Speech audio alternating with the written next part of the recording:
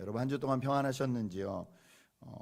저희는 아이들과 어떻게 하면 다 같이 함께 살 수 있을까에 대한 좀 방법과 고민을 하느라고 일주일 동안 좀 고민을 하고 지냈습니다. 근데 어떤 결정을 해야 될 때 그때 다시 한번 생각하게 되는 것은 이런 결정을 하게 되는 기준이 뭔가, 어떤 중요한 결정을 할 때 이런 결정을 하게 되는 기준이 뭔가가 명확할수록 결정이 좀 쉬워지는 것 같습니다. 그런데 기준이 많아질수록 이런 결정을 내리기가 좀 어려워지는 것이 아닌가 싶습니다.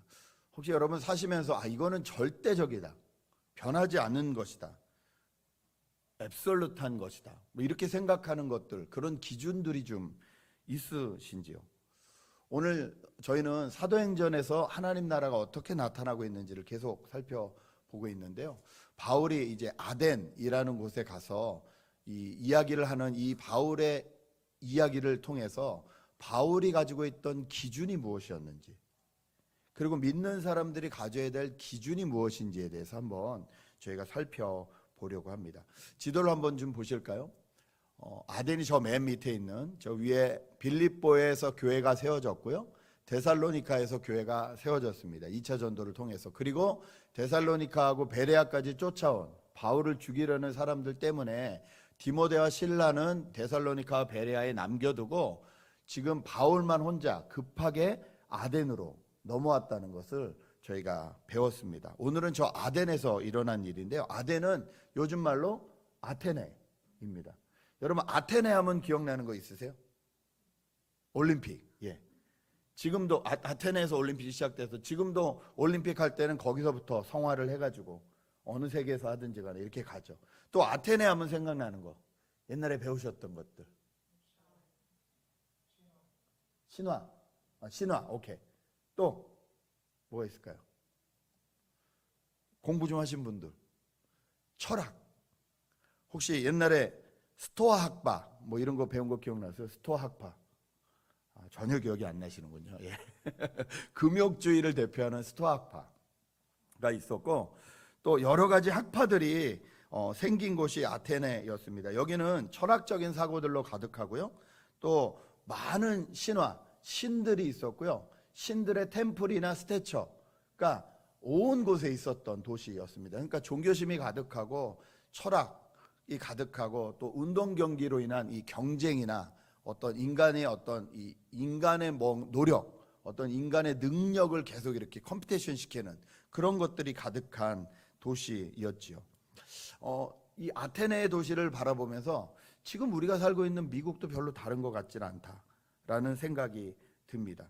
여러분, 많은 사람들이 이 종교에 대한 생각을 하면 종교는 아주 연약하거나 유약하거나 뭐 믿을 게 없는 사람이 살려고 의지하는 것이라고 생각하거나 아니면 이성적이지 못한 사람들이 의지하는 것이다라고 생각을 하기가 쉽습니다. 요즘 좀 주류가 그렇죠. 종교는 좀 종교를 믿는 사람들 좀 이상해, 정상이 아닌 것 같아, 이렇게 생각하는 사람 되게 많거든요. 그런데 그렇다고 종교가 없다라고 한다고 그 사람들 안에 종교심이 없을까? 바울은 이 아테네에서 이야기를 하면서 무엇을 먼저 끄집어내냐면요, 여러분에게 종교심이 많다는 것을 얘기해 주고 있어요. 그리고 그 종교심을 가지고 여러분은 알지 못하는 신들을 섬기고 있다, unknown god을 섬기고 있다라고 말해주고 있습니다. 종교를 싫어하는 사람들도 다 종교심을 가지고 있습니다. 종교심을 가지고 있다는 것을 어떻게 하냐면요, 자기가 하루 종일 묵상하고 생각하고 행동도 하고 적용하고 있는 것들, 그것이 그 사람이 월십하는 종교예요. 누구나 이런 종교심을 가지고 있어요. 그런데 이 종교심이 자기가 섬기고 있는 종교, 신인 줄 모르고 자기는 종교가 없다, 자기는 어떤 것도 섬기지 않는다라고 말하는 거죠. 거기에 대해서 바울은 여러분은 종교심을 가지고 unknown god을 섬기고 있습니다라는 것을 지적해 주고 있습니다. 여러분, 우리가 어떤 불교나 기독교나 이런 특별한 종교가 아니라 할지라도 무엇인가를 의지하고 하루 종일 묵상하고 예배하고 있다는 사실에는 동의가 되시는지요? 저희는 여기서 자유로울 수 없는 사람들이에요. 그것들을 바라보고 섬기면서 나도 모르게 거기서 무엇인가 받으려고 합니다. 위안을 받으려고도 하고 위로를 받으려고도 하고 이런 것들이 있어요. 대표적인 것이 무엇이 있을까요? 오늘 본문의 아테네에서 가장 많았던 지식이 신의 자리에 찾아서 지식을 숭배하고 바라보는 사람들이 엄청 많습니다. 옛날에는요, 지식은 한 사람이 공부를 잘하고 많이 하면 그 사람을 통해서 여러 사람들이 이롭게 된다 그랬어요. 그래서 여러분 때도 아니고 제 때도 아니지만 저희 윗세대는요, 자녀들이 맞으면 그 중에서 제일 똑똑하다는 사람 한 사람만 대학 보냈어요. 소 팔아서 대학 보내고. 그러면 그 사람이 좋은 직장을 갖고 뭐 해서 가족을 다 먹여 살릴 거다. 그러니까 지식은 이로운 것이고 좋은 것이고 모든 사람을 돌봐주는 것이다. 이렇게 생각했습니다. 그런데 요즘은 어떨까요? 요즘은 전혀 아닙니다. 요즘은 인터넷이 발달해서요, 모든 사람이 전 세계에서 일어나는 일들을 거의 실시간으로 알 수 있는 세상이 되었습니다. 우리가 한 번도 가보지 못한 나라에서 어떤 폭동이 일어났다 이래도 SNS에 누가 올리면 바로 알아요. 여기서 한국에 있는 사람의 소식을 금방금방 알 수 있어요. 지식은 넘쳐요. 뭐든지 알아낼 수 있는 것들은 넘쳐요. 똑똑해져요. 그런데 그 많은 지식들이 우리를 평안하게 하고 기쁘게 하나요? 아니요. 요즘은 뭐 하나도 제대로 믿을 수 없는 세상이 되어버리고 말았습니다. 다 서로 자기가 맞다고 주장을 해요. 음모론이 넘쳐요. 여러분, 대통령 선거에서 계속 이제 서로 간의 음모론을 막 계속 내배내고 있죠. 예. 누구 말이 믿는지 모르겠어요. 이 뭐가 진실인지 여러분 정말 알 수 있을까요, 저희가? 없을 겁니다.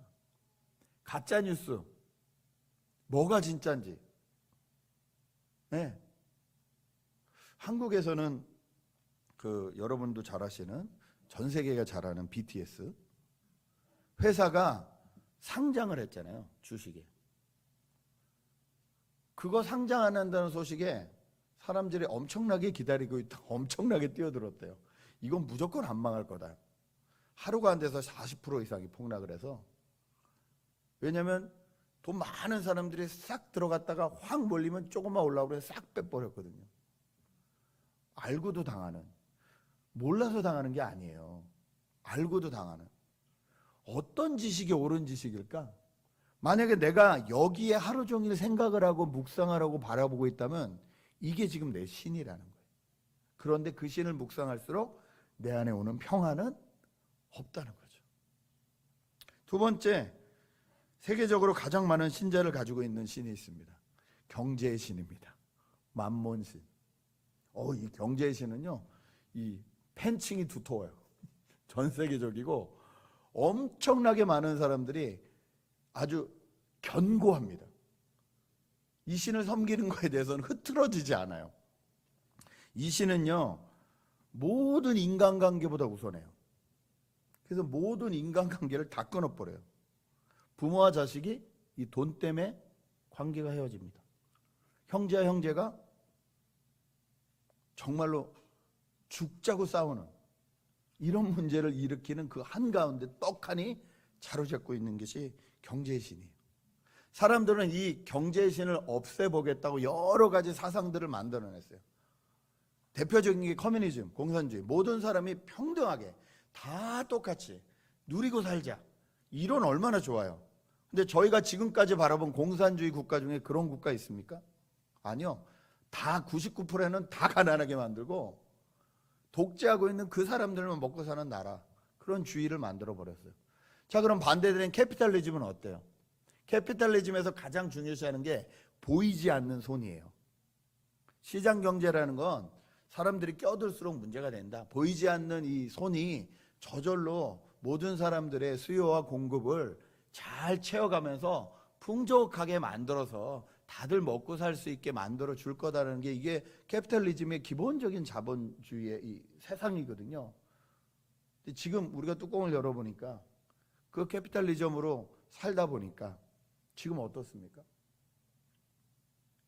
돈이 있는 사람에게 돈이 쏠리는 이 시간은 점점 짧아지고 있고, 그렇죠? 적당히 중산층이라고 말했던 사람들은 더 이상 중산층의 자리에 있을 수 없어서 점점 밀려날 수밖에 없는 세상이 만들어지고 있어요. 전 세계에서 제일 잘 사는 미국, 이 미국이 올해에 지금껏 미국의 역사 가운데 가장 많은 빚을 졌어요. 코로나 문제로 인해서. 방법이 없으니까 찍어서 도울 수밖에 없는 거예요. 이게 다 눈에 보이지 않는 빚들이잖아요. 여러분, 지금 이 캐피탈리즘은 진짜 있는 실물에 돈이 왔다 갔다 하는 거 아니라는 거 아시죠? 그냥 넘버만 왔다 갔다 하는 거라는 거 아시죠? 은행에서 여러분에게 100만 불을 빌려주려면요, 100만 불이 없어도 100만 불을 빌려줄 수 있어요. 네. 그러니까 그냥 숫자만 왔다 갔다 하고 숫자 찍힌 종이만 왔다 갔다 하는 거예요. 전 세계가 그래요. 이게 점점 커지고 있어요. 언젠가 어디서부턴가 터지기 시작하겠죠. 그걸 이미 저희는 10년 전에 서브프라임이라는 걸로 한번 경험했어요. 이번에 이 팬데믹 상태가 끝나면 어떻게 될지 모르겠어요. 올 12월까지 지금 사람들이 렌트비를 못 내도 쫓겨나지 못하도록 법으로 막고 있는데 그게 1월에 끝나요. 어떻게 될지 모르겠어요. 저희 교회 주변에 홈레스 분들이 점점 늘고 있어요. 한 분은 제가 보니까 차를 가지고 계신데 차 안에 짐이 가득해요. 그 말은 무슨 말이냐? 어떤 이유로 더 이상 집에서 살 수 없게 되어서 그 짐을 다 싸가지고 집에 실어놓고 그냥 거리에서 주무신다는 소리예요. 그분이 마약을 하고 뭐 술을 먹고 깽판을 부리기 위해서 그렇게 사냐? 아니요. 그렇지 않은 분들이 많아요. 홈레스 분들 중에서 정말 젊은 분들이 많아요. 막 이렇게 뭐 마약이나 이런 게 쩔어가지고 정신없는 그런 분들이 아니에요. 깨끗해요. 네, 아이팟 꽂고 음악 듣고 그러는 분들이에요. 근데 길거리에서 자요. 이게 과연 개인적인 문제로 끝날까요? 캐피탈리즘이 가지고 있는 여러 가지 위험성이 계속 나타나고 있어요. 그런데도 우리는 여전히 그 경제의 신만 바라보며 하루 종일 묵상하며 따라가는 경우가 너무 많다는 거예요. 또 하나 대표적인 게 이성주의입니다. 이성을 믿는 것. 17세기부터 거의 300년 동안 세계를 지배했던 사상이 계몽주의인데요.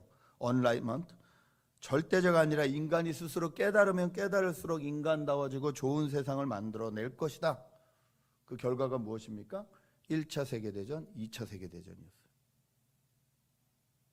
그리고 이제 그것이 변해가지고 우리만 잘 살면 된다.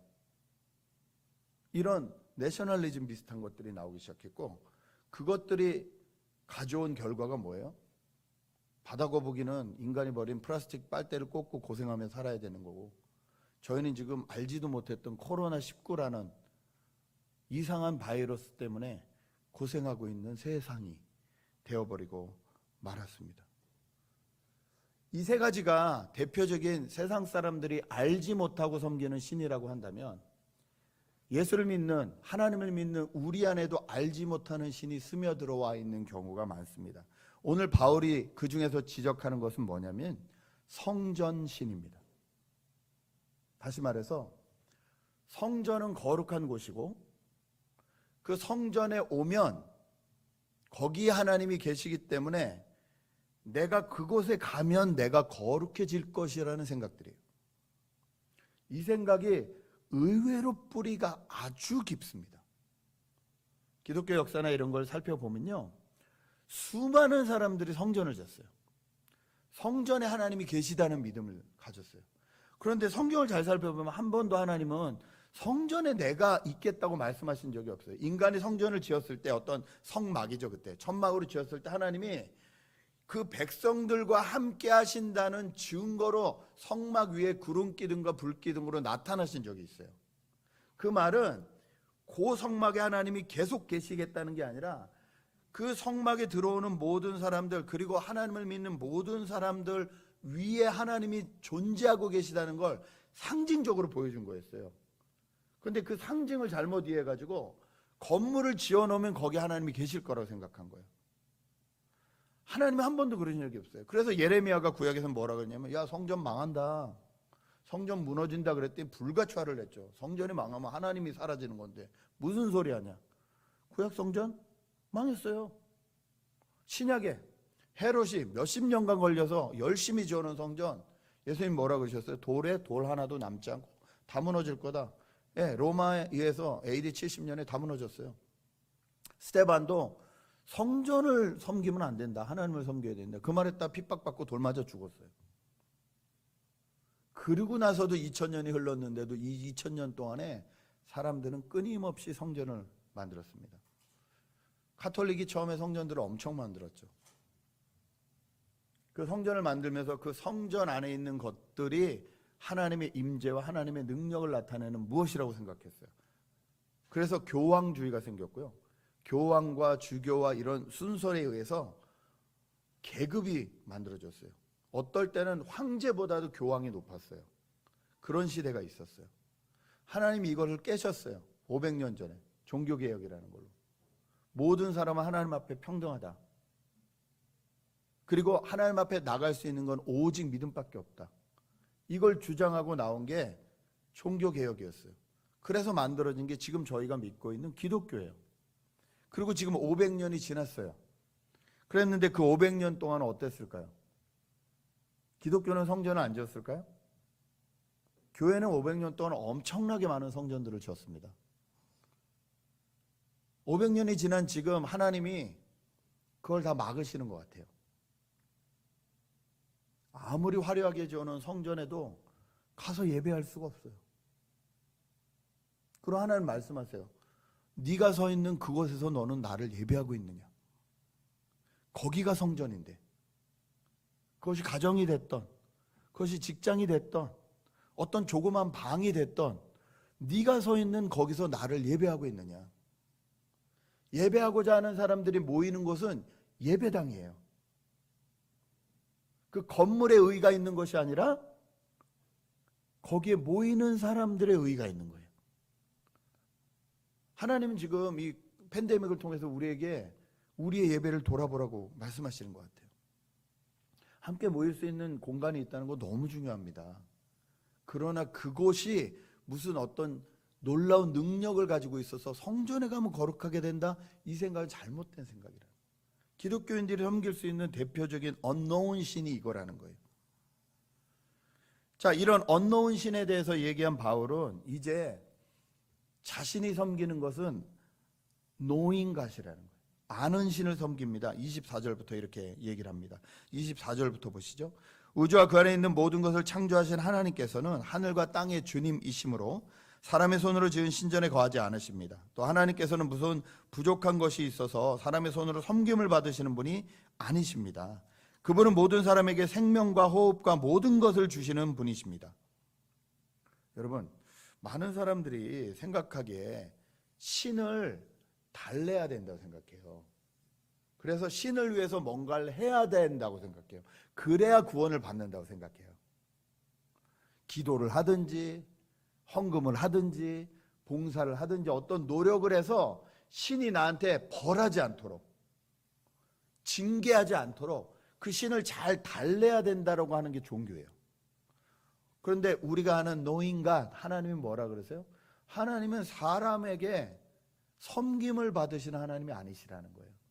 그리고 뭐라 그러세요? 거꾸로 그분이 우리에게 생명과 호흡과 모든 것을 주신 창조주 하나님이시라는 거예요. 이걸 아는 건 너무 다른 이야기입니다. 종교는요, 사람이 구원을 받고자 신을 찾아가는 행위예요.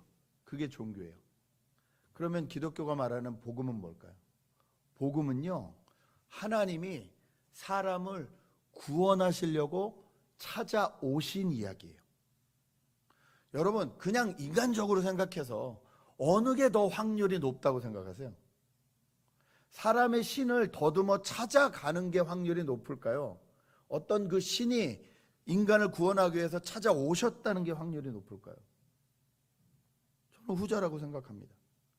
기독교는 그 하나님을 믿는 거예요. 그래서 우리가 구원을 위해서 어떤 행위도 하나님 앞에 아무런 소용이 없다고 말하는 거예요. 하나님이 찾아오시는 거예요.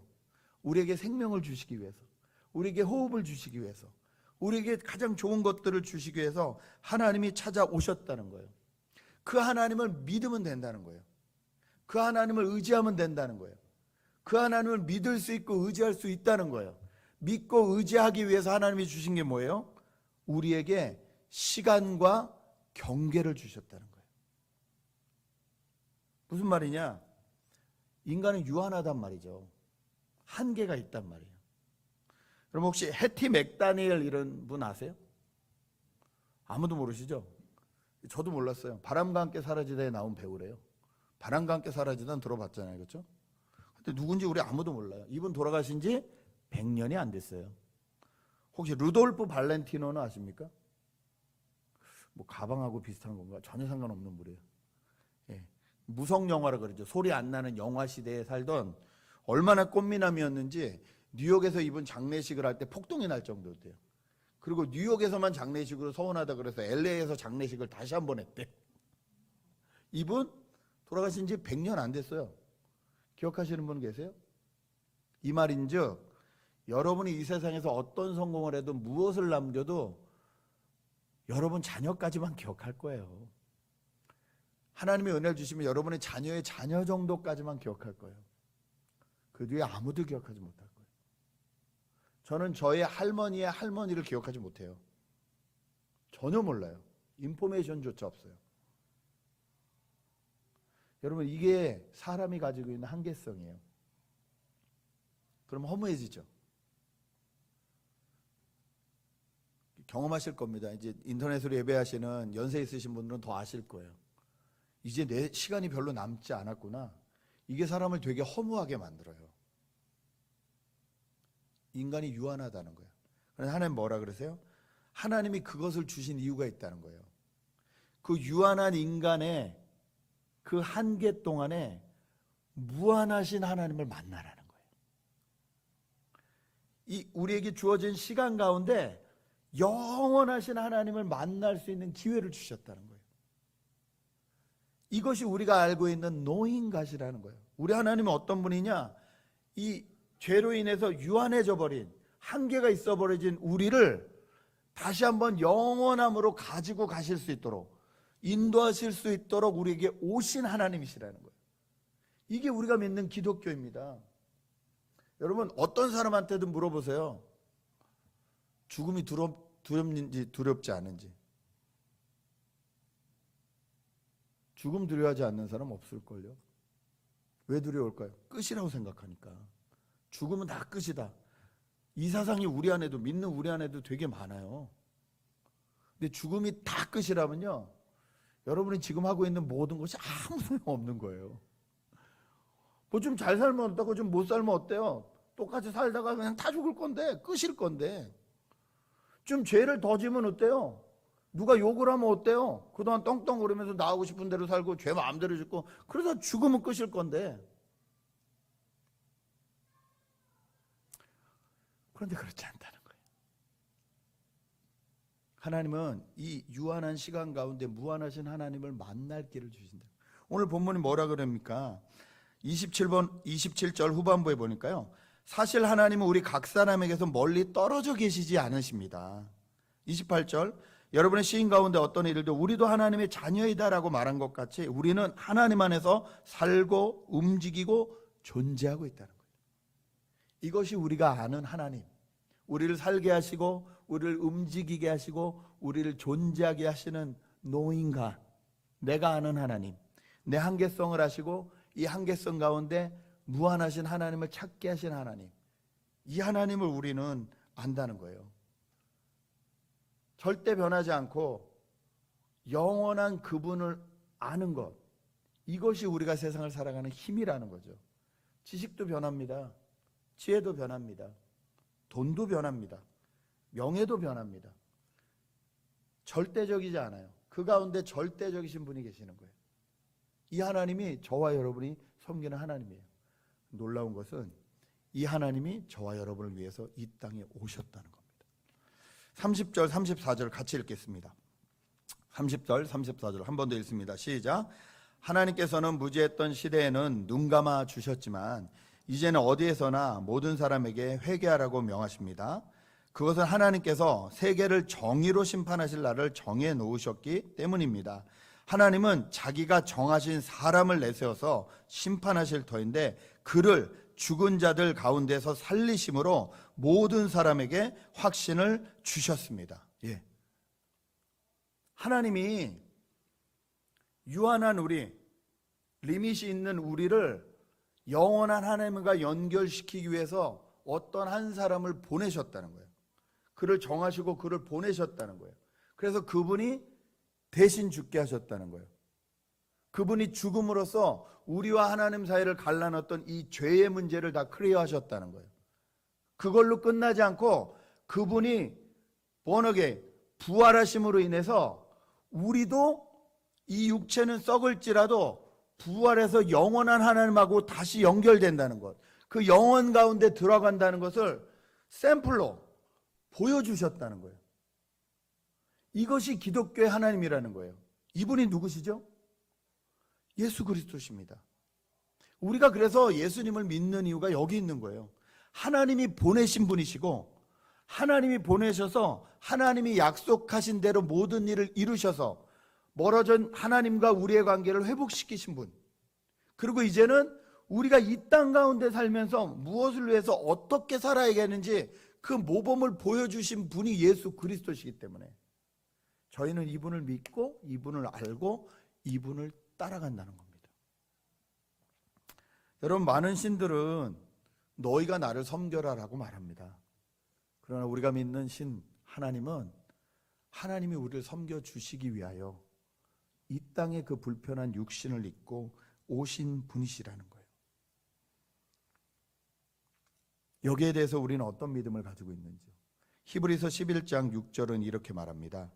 믿음이 없이는 하나님을 기쁘시게 하지 못하나니 하나님께 나아가는 자는 반드시 그가 계신 것과 또한 그가 자기를 찾는 자들에게 상 주시는 이심을 믿어야 할지니라. 히브리서가 말하는 믿음은요, 구원을 믿는 믿음이에요. 우리가 영원으로 연결될 수 있다는 믿음이에요. 근데 이 구원은 예수 그리스도의 십자가와 부활로 나타났어요. 그러므로 우리가 예수 그리스도의 십자가와 부활을 믿는 믿음 없이는 하나님 앞에 나갈 수 없다는 거예요. 하나님을 기쁘시게 할 수 없다는 거예요. 하나님이 우리에게 주시는 최고의 상은요, 구원의 상이에요. 그 구원의 상은 예수 그리스도로 인해서 이루어졌어요. 기독교를 믿는 것은 예수 그리스도의 십자가와 부활을 믿는 겁니다. 여러분, 우리는 이걸 얼마나 믿고 있나요? 우리는 이걸 얼마나 묵상하고 있나요? 하루를 살아가면서 돈을 묵상하는 것보다, 이성을 묵상하는 것보다, 지혜를 묵상하는 것보다 나는 얼마나 예수 그리스도를 묵상하고 있나요? 우리에게 진정한 신이 되어주시는 분은 누구실까요? 바울은 이 똑똑하다는 도시, 이 도시에서 예수 그리스도의 십자가와 부활을 증거했습니다. 여러분, 이제 가을이 되었습니다.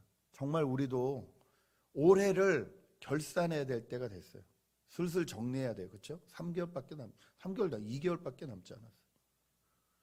우리가 두 번 다시 살 수 없는 참 기가 막히게 시작했던 이 팬데믹의 2020년을 이제는 정리해야 돼요. 뭐가 됐든 간에. 어떻게 하나님 앞에 정리하시겠습니까? 저는 저와 여러분이 세상이 흔들릴수록 가짜 신들이 많고 사람들도 알지도 못하는 사이에 섬기는 신들이 많은 이 땅 가운데서 내가 무엇을 믿고 있는지를 분명히 하고 그 믿음의 결과가 무엇인지를 예수 그리스도를 통해서 묵상하고 바라보고 그분을 따라가므로, 그분을 믿어드림으로 그 결실을 가지고 하나님 앞에 나아가고 세상 앞에 나가야 될 줄 믿습니다. 그렇게 할 때 오히려 흔들리는 사람들이 여러분에게 어떻게 하면 내가 흔들리지 않을 수 있는지 물어올 걸 믿습니다. 이 시간 한번 기도하겠는데요. 이렇게 한번 기도했으면 좋겠습니다. 혹시 우리도 모르는 사이에 우리도 종교심을 가지고 섬기는 우상이 없는지, 내가 하루 종일 묵상하고 있는 것이 무엇인지, 그것이 과연 하나님이신지, 예수 그리스도의 십자가와 부활인지, 일단 하나님 앞에 회개하는 기도를 드렸으면 좋겠습니다. 그리고 하나님 예수 그리스도의 십자가 부활의 의미를 이 흔들리는 세상에서 더 확실히 묵상하게 하셔서 아무리 바다가 흔들려도 배를 보호하기 위해서 떠 있는 이 항로 지표처럼 우뚝하게 서 있어서 많은 사람들을 하나님 앞에 길을 잃지 않도록 비춰주는 사람들이 되게 해주십시오. 이 소원의 기도를 함께 드렸으면 좋겠습니다. 함께 기도하십니다. 아버지 하나님 은혜를 감사합니다.